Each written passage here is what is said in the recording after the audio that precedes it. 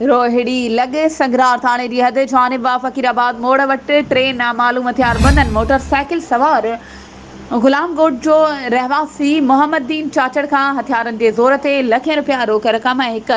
CD motorcycle फुर मज़ाहिमत ते हथियारबंदनि firing करे नौजवान मोहम्मदीन चाचड़ खे सख़्त ज़ख़्मी करे रोक रक़म ऐं मोटरसाइकिल काहे आसानी सां फरार थी विया। ज़ख़्मी नौजवान खे वारसनि पंहिंजी मदद पाण तिबी इलाज लाइ तालके अस्पताल रोहिड़ी आंदो, जिते फर्स्ट एड बाद सिविल अस्पताल सखर मुंतक़िल कयो वियो, जॾहिं त ज़ख़्मी नौजवान मोहम्मदीन चाचड़ सहाफ़ियुनि सां ॻाल्हाईंदे चयो त मुंहिंजो सोट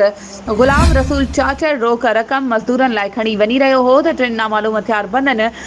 मोटरसाइकिल ते पीछो करे जानिबा फ़कीराबाद मोड़ वटि अॻु ॾेई रोक रक़म ऐं हिक सीडी मोटरसाइकिल फुर करे फरार थियण जी कोशिशि कई त मूं फौरन जो पीछो कयो त हथियारबंदनि मुंहिंजे मथां फायरिंग करे ॾिनी। आख़िरी इत्लाम ताईं वाक़े जो केस दाख़िल न थी सघियो। वधीक ख़बरुनि ऐं अपडेट्स जे लाइ असांजे चैनल खे सब्सक्राइब कयो ऐं हा, बेल आइकन खे प्रेस करणु न विसारिजो त जीअं असांजी हर नई अचण वारी वीडियो तव्हां ताईं पहुची